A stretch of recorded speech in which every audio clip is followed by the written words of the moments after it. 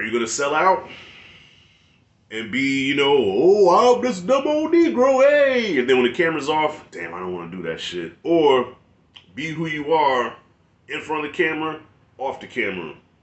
Take your pick.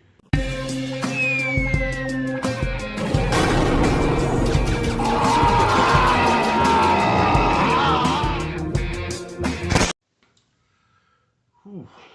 God damn, I need to wake up. Yo, it's been a minute since I shot a morning video, y'all. I'm used to shooting at night where I'm more energetic, so if my voice sounds weird, that's just because I'm waking up not too long ago, but I have a long day ahead, so I gotta get this video out and go about my business. So, last night I stumbled across another hidden black gem, thanks to YouTube. So YouTube that has an algorithm thing going on. So being that I'm watching these old black movies on here, they say, hey Rashad, we got another one for you. And this one I never heard of.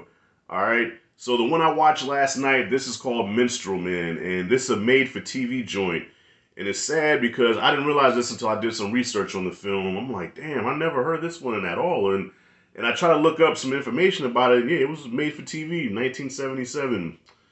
When you watch it, if you didn't know it was made for TV, you would never know it was made for TV because this shit was fire. So this is another banger that I watched. So if you've been following the channel lately, you know that I've been trying to find these hidden black gems that people just don't talk about. So yes, I'm familiar with the blaxploitation, with modern black cinema. But what about those black films that were swept under the rug that certain people did not want you to see for whatever reason that nobody even heard about? So that's my mission, to bring these films to light.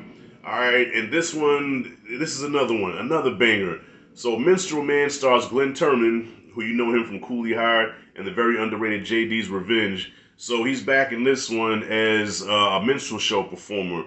So him and his brother form a minstrel show, I guess, band or whatever. And also Ted Ross is in here. Okay, Ted Ross is actually the founder of the minstrel show company that Glenn Turman is a part of. So their father, right? So okay, these two brothers, right? So Glenn Turman being the older brother and his younger brother, they're following in their father's footsteps because their father was a minstrel show performer, and he dies on stage because he just overdid it. And of course, the white boss could care less. He's like, well, I guess we gotta shut the show down. Without him, I have no use for anybody else. So he just shuts it down. The brothers go off on their own and try to do their own thing, but they're nickel and diamond, so they're like dancing and performing, but they're not making no money. Here comes the Ted Ross character, says, hey, I'm putting a thing together, I want y'all to be a part of it. But here's where the dilemma kicks in. The younger brother doesn't want nothing to do with this shit. Like, he loves performing, he loves music, but he ain't down with putting on the black face and, doing, oh, okay, master, I tell you what, I'm just a dumb old Negro, don't know what he doing. He ain't with that. Glenn Turman, on the other hand, is like, look, whatever I gotta do to break in the show business, that's what I'll do. And that's what I love about this movie, because as old as this joint is, right, and it has to do with the minstrel shows back in the day, but damn it, you can see the parallels between that and the shit that goes on now, because the minstrel show is still going on. You know what I'm saying? So the whole point of the minstrel is, well, first, it was, well, I think black people did create it, but then white people took it over, and so they dressed in blackface with the red lips, and they did they was acting coonish like a caricature of black people. But of course, black people wanted to break into show business, so guess what? Black people had to do what they did, so black people had to put on blackface and be caricatures of themselves, which I'm pretty sure was very hard to do. So Glenn Turman's character's like, look, I don't care, I just want to break into the business. The brother's like, nah, I ain't with that. So they go their separate ways, where the brother joins a band and they play different type of music, which was the origins of ragtime. And Glenn Turman joins Ted Ross and they travel the country doing all these shows and stuff. But guess what? This is the Great Depression. This is like early 1900s. The company goes belly up. So now Glenn Turman is in a position where he has to do whatever he has to do to get a buck and perform. So he even goes as low as to perform as a Zulu warrior in a cage, acting like an animal to scare little white kids. That's what he's getting paid for. Ted Ross comes back into the picture, says, hey man, I'm sorry about what happened last time, but yo, I got something else better. Let's do this again. He's reluctant, but says, okay, let's go do it. So they start another show up, but he says, listen, the only way we can do this right, I gotta get my brother. Took some time. Like I said, the brother ain't with the shit, but he promises him, like, look, no more blackface, no more coon shit, just perform. And that's what they do for a while until they come across this this southern state where as soon as they get off the train, that's all they see on the walls is nigga this, nigga go home. I'm sorry, y'all. If I'm a performer, if I come off the train, I see that, I'm getting back on that motherfucker, and I'm going back where I came from. They perform in front of this crowd, and it's an all-white crowd, of course. But see, the white folks at the time, probably a little bit now, but they like to laugh at buffoonery and see us acting ignorant and stupid. So at first they're doing the new show that they're doing, but they're like, okay, they're not acting dumb. They're not acting buffoonish. They don't even have on blackface. What's going on here? They're forced to go back to the old ways. The brother ain't with the shit. So I know I'm pretty much giving all the way the whole movie here, but I'm really trying to sell you on this because this is a very important film to watch. So I guess I'll spare the rest of the details, but just know that this is to me, the way I took this is a cautionary tale about selling out, like really selling out. And I guess that's why this movie wasn't shown that much, because during this era of blaxploitation where, you know, it's either really over the top or they're doing like comedies and shit, but real movies like this were rarely seen. And the fact that this was shown on TV, it took some balls to do that.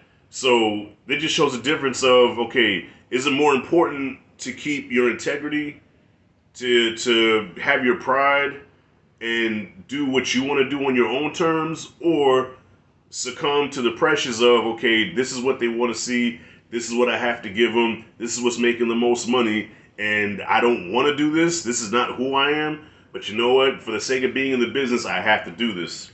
Now, who does that sound like? I'm going to give you a quick parallel, right? Talk about now. Steve Harvey and Monique. Okay, Steve Harvey, I have respect for Steve Harvey. That man's doing what he has to do or whatever, and he's a popular face, popular name. But Steve Harvey will even tell you, listen, I gotta do what I gotta do to provide for my family, to feed my kids. So you take your pride and your integrity and throw that shit out the window. You gotta get paid. Whereas Monique, on the other hand, Monique is like, no, I will not throw away my integrity. I will not throw away who I am or change who I am to please anybody for a buck. You know what I'm saying? I want to get paid to do what I do and do it on my own terms.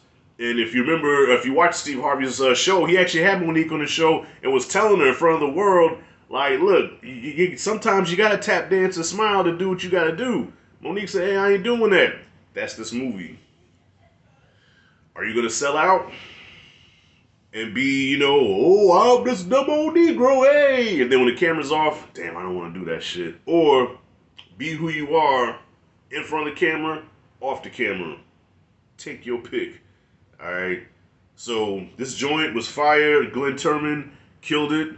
Did his thing. I highly recommend watching this. It's on YouTube. I think there's 2 different channels that show it. Quality is VHS, so it's kind of a, you know, grainy, not so good picture, but it is worth watching. It kind of puts me in the mind of Bamboozled. I think Spike took a lot of this movie to do Bamboozled, because I see there's a lot of parallels between there too. You know, especially with the 2 brothers first trying to break into the business, kind of like Mantan and Sleep and Eat. You know what I mean? So yeah, but the only difference is Spike Lee kind of made a satire out of it. This one here was serious. Okay, there was a couple of times where I was getting upset, I was getting emotional. And I'm like, damn, man. I said, yo, black people can't win in this country. You know what I'm saying? Yo, even as far as, like, okay, when the Minstrel show became popular, right? When Glenn Turman and Ted Ross started doing their own thing where they didn't have to use blackface and their show was popular, white dude came and wanted to buy him out. He said, well, hey, y'all got something good here. How about take this off your hands for $4,500? It was some deep shit, because like they turned the offer down, and the white dude was like, "Are you crazy? Like, this is gonna go belly up anyway. Like, this ain't gonna do shit. Y'all turned down $4,500." Of course, you know, back then you'd be like, "Damn, there's a lot of money." But when he walked away, yo, my man came off like Master P. He said, "Well, you know what? If you offer us $4,500, that means we're worth 10 times more than that." They always try to lowball you and say, "Hey, this is a lot of money, man. You should take this. This is a deal of a lifetime." But whatever they offer you, you're worth at least double that. A lot of life lessons in here, especially if you're trying to break into the business. Now, I'm not trying to break into the business. I'm a YouTuber. Whatever comes to this, comes to this. But to those that's trying to break into the business and you black, watch this movie. That's it and that's all. A is what I give Minstrel, man. Dope. Loved it. And don't come here with the craziness. Now I'm in production, boy. I'm in production. All right, so yeah, Rashad G signing out. See you in the next video. Can I say something?